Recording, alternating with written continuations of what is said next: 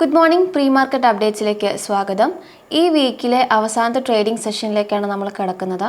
നിഫ്റ്റിയെ സംബന്ധിച്ച് കഴിഞ്ഞൊരു സെഷനിലും ഒരു ഫ്ലാറ്റ് നോട്ടിൽ തന്നെയാണ് വ്യാപാരം അവസാനിപ്പിച്ച് നേരിയ ഇടിവ് കണ്ടിരുന്നു. 19 പോയിന്റിൻ്റെ നഷ്ടത്തിൽ 22,913 എന്ന റേഞ്ചിലാണ് ക്ലോസ് ചെയ്തിരിക്കുന്നത്. ഇന്നലത്തെ ക്രിയേറ്റ് ചെയ്തിരിക്കുന്ന ഒരു ഇൻട്രാഡേ ഹൈ 22,933.85 എന്നുള്ള റേഞ്ചിലാണ്.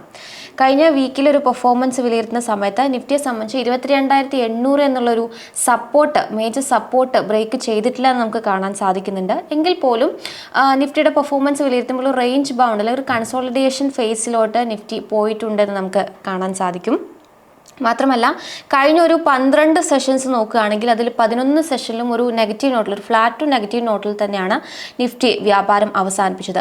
കഴിഞ്ഞ സെഷനിൽ ഒരു വീക്കിലി എക്സ്പയറി ആയിട്ട് പോലും കാര്യമായിട്ടുള്ളൊരു മൂവ്മെൻറ്റ് നമുക്ക് നിഫ്റ്റിയിൽ കണ്ടിരുന്നില്ല. ഒരു ഗ്യാപ് ഡൗൺ ഓപ്പണിംഗ് നൽകിയിരുന്നെങ്കിലും പിന്നീട് അവിടുന്ന് അങ്ങോട്ട് ഒരു ഫ്ലാറ്റ് നോട്ടിൽ തന്നെയായിരുന്നു through out the session move ചെയ്തത്. നിഫ്റ്റി ബാങ്ക് സൂചികയെ സംബന്ധിച്ച് കഴിഞ്ഞ സെഷനിൽ ബുധനാഴ്ചത്തെ സെഷനിൽ ഒരു നല്ലൊരു നേട്ടം രേഖപ്പെടുത്താൻ വേണ്ടിയിട്ട് സാധിച്ചിരുന്നു. എന്നാൽ കഴിഞ്ഞ സെഷനിൽ ആ ഒരു നേട്ടമൊക്കെ തന്നെ കൈവിട്ട് 235 പോയിന്റിൻ്റെ നഷ്ടത്തിൽ 49,334.55 എന്നുള്ള റേഞ്ചിലാണ് ക്ലോസ് ചെയ്തിരിക്കുന്നത്. നിഫ്റ്റിയിൽ കഴിഞ്ഞ സെഷനിൽ ശ്രീറാം ഫിനാൻസ്, NTPC, മഹീന്ദ്ര പോലുള്ള ഓഹരികൾ നല്ല മുന്നേറ്റം രേഖപ്പെടുത്തി. പക്ഷേ HDFC bank, Maruti, tech Mahindra, Tata consumer പോലുള്ള ഓഹരികൾ വലിയ തോതിലുള്ള സെല്ലിംഗ് പ്രഷർ ഫേസ് ചെയ്തു. HDFC ബാങ്ക് തന്നെയാണ് ഏറ്റവും അധികം നിഫ്റ്റിയെ ഇന്നലെ ഡ്രാഗ് ചെയ്തെന്ന് പറയാം. 2% ഒരു ഇടിവ് നമുക്ക് കാണാൻ സാധിച്ചിരുന്നു. പ്രധാനമായിട്ടും ട്രംപിൻ്റെ താരിഫുമായി ബന്ധപ്പെട്ട അനിശ്ചിതാവസ്ഥകളും അതുപോലെ തന്നെ ഓട്ടോ സെക്ടറിൽ കണ്ടിന്യൂസ് ആയിട്ട് തുടരുന്ന പല വെല്ലുവിളികളും, അതോടൊപ്പം ചൈനയിലേക്ക് ഫണ്ട് നമ്മുടെ FIIs നെറ്റ് സെല്ലേഴ്സായിട്ട് കണ്ടിന്യൂ ചെയ്യുന്നതും ഒക്കെ തന്നെ നിഫ്റ്റിയെ സംബന്ധിച്ച് ഒരു വെല്ലുവിളി ഉയർത്തുന്നുണ്ടെന്ന് പറയാൻ സാധിക്കും.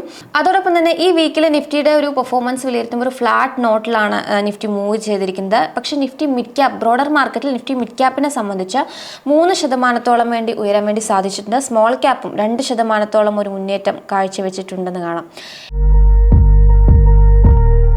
ഇനി നമുക്ക് ആദ്യം ടെക്നിക്കൽസിലേക്ക് നോക്കാം. ടെക്നിക്കൽസിൽ കഴിഞ്ഞ സെഷനുകളിലൊക്കെ തന്നെ നമ്മൾ ഡിസ്കസ് ചെയ്ത മേജർ സപ്പോർട്ട് 22,800 എന്നുള്ള ലെവൽ തന്നെയാണ് അനലിസ്റ്റുകൾ ഇപ്പോഴും വാച്ച് ചെയ്യുന്ന ഒരു മേജർ സപ്പോർട്ട് എന്ന് പറയുന്നത്.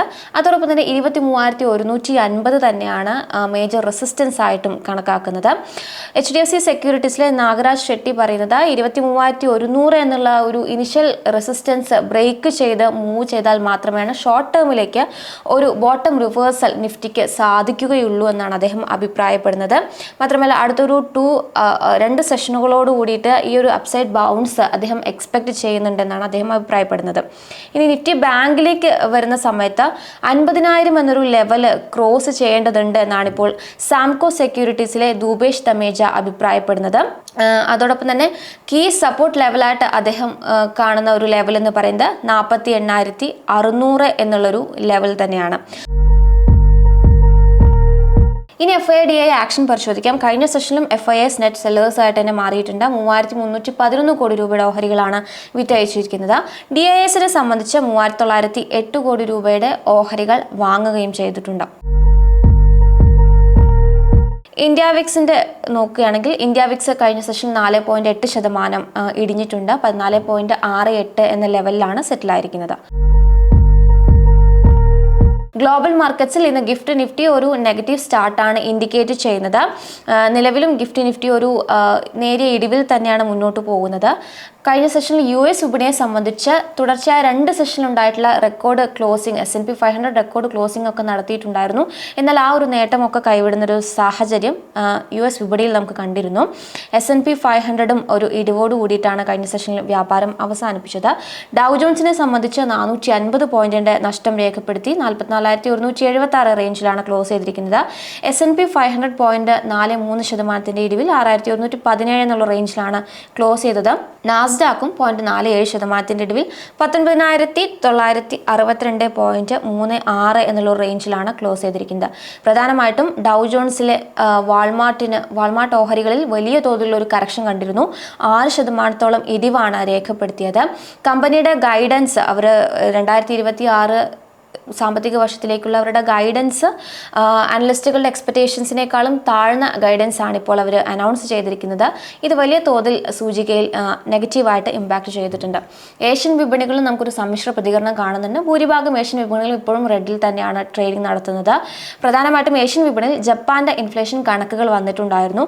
ജപ്പാന്റെ ഇൻഫ്ലേഷൻ നോക്കുമ്പോൾ 2023 ശേഷമുള്ള ഏറ്റവും ഉയർന്ന ഇൻഫ്ലേഷൻ കണക്കുകളാണ് ഇപ്പോൾ ഇയർ ഓൺ ഇയർ ബേസിൽ രേഖപ്പെടുത്തിയിരിക്കുന്നത്. 4% ഉയർന്നിട്ടുണ്ട് എന്നാണ് ഇപ്പോൾ മനസ്സിലാക്കാൻ സാധിക്കുന്നത്. നിക്കി 225 നോക്കുകയാണെങ്കിൽ ഒരു ഫ്ലാറ്റ് ടു നെഗറ്റീവ് നോട്ടിൽ തന്നെയാണ് നിക്കി 225 തുടക്ക വ്യാപാരങ്ങളിലൊക്കെ തന്നെ മുന്നോട്ട് പോരുന്നത്. അവസാനമായി സ്റ്റോക്സ് ന്യൂസും കൂടി നമുക്ക് പരിശോധിക്കാം. സ്റ്റോക്സ് ന്യൂസിൽ ഇന്ന് സുസ്ലോൺ എനർജിയുടെ ഓഹരികൾ ഫോക്കസിൽ വരുന്നുണ്ട്. കമ്പനിയെ സംബന്ധിച്ച് പ്രമുഖ ബ്രോക്കറേജ് ആയിട്ടുള്ള ഇൻവെസ്റ്റെക് കമ്പനിയുടെ ഓഹരിന്മേൽ ഒരു ബൈ റെക്കമെൻഡേഷൻ നൽകിയിട്ടുണ്ട്. ഓഹരിക്ക് 70 രൂപയാണ് ഇപ്പോൾ ടാർഗറ്റായിട്ട് അവർ ഉദ്ദേശിക്കുന്നത്. അതായത് നിലവിലെ ഒരു കറണ്ട് ലെവലിൽ നിന്ന് 30% ഒരു അപ്സൈഡ് പൊട്ടൻഷ്യൽ സ്റ്റോക്കിനുണ്ട് എന്നാണ് ബ്രോക്കറേജ് വിലയിരുത്തുന്നത്.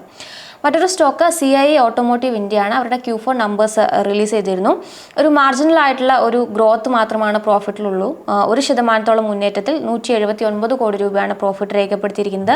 എന്നാൽ വരുമാനത്തിൽ ഒരു ഡിക്ലിനേഷൻ കണ്ടിരുന്നു. 5% ഇടിവ് രേഖപ്പെടുത്തി 2109 കോടി രൂപയാണ് വരുമാനമായിട്ട് റിപ്പോർട്ട് ചെയ്തിരിക്കുന്നത്. സനോഫി കൺസ്യൂമർ ഹെൽത്ത് കെയർ ആണ് മറ്റൊരു സ്റ്റോക്ക്. കമ്പനിയുടെയും Q4 നമ്പേഴ്സ് റിലീസ് ചെയ്തിരുന്നു. പ്രോഫിറ്റ് 35% ഇടിവ് രേഖപ്പെടുത്തി വരുമാനവും 24% ഒരു നഷ്ടം അല്ലെങ്കിൽ കുറവാണ് രേഖപ്പെടുത്തിയിരിക്കുന്നത്. മറ്റൊരു സ്റ്റോക്ക് ബർജർ പെയിൻസ് ആണ്. ബർജർ പെയിൻസിനെ സംബന്ധിച്ച് 2025 ഏപ്രിലിന് ശേഷം F&O സെഗ്മെന്റിൽ നിന്നും ഒഴിവാക്കുന്നതിന് വേണ്ടിയിട്ട് ഇപ്പോൾ NSE ഡിസൈഡ് ചെയ്തിരിക്കുകയാണ്. നിലവിലുള്ള അവരുടെ അൺഎക്സ്പയർഡ് ആയിട്ടുള്ള കോൺട്രാക്ട്സ് ഒക്കെ തന്നെ കണ്ടിന്യൂ ചെയ്യുമെന്നുള്ളത് അറിയിച്ചിട്ടുമുണ്ട്. അമരാജ എനർജിയാണ് മറ്റൊരു സ്റ്റോക്ക്. ഈ ഒരു സ്റ്റോക്കും F&O സെഗ്മെന്റിലേക്ക് ഉൾപ്പെടുത്തില്ല എന്നാണ് ഇപ്പോൾ തീരുമാനിച്ചിരിക്കുന്നത്. അവരുടെ എലിജിബിലിറ്റി ക്രൈറ്റീരിയ ഫുൾഫിൽ ചെയ്യാൻ വേണ്ടിയിട്ട് സാധിച്ചിട്ടില്ല എന്നാണ് മനസ്സിലാക്കുന്നത്. അവസാനമായി സിപ്ലേ ആണെന്ന സ്റ്റോക്സ് ഇൻ ഫോക്കസിൽ ഉൾപ്പെടുന്ന മറ്റൊരു സ്റ്റോക്ക്. കമ്പനിയെ സംബന്ധിച്ച് അവരുടെ പുതിയൊരു ഡ്രഗ് ആയിട്ടുള്ള നിലോട്ടിനിബ് ക്യാപ്സ്യൂൾസിന് വേണ്ടിയിട്ടുള്ള അനുമതി US FDA അംഗീകാരം ലഭിച്ചിട്ടുണ്ടെന്നാണ് ഇപ്പോൾ അവർ അറിയിച്ചിരിക്കുന്നത്. ഇതിൻ്റെ ബേസിൽ സിപ്ലയും നമുക്കിന്ന് സ്റ്റോക്സ് ഇൻ ഫോക്കസ് ആയിട്ട് ഉൾപ്പെടുത്താവുന്നതാണ്.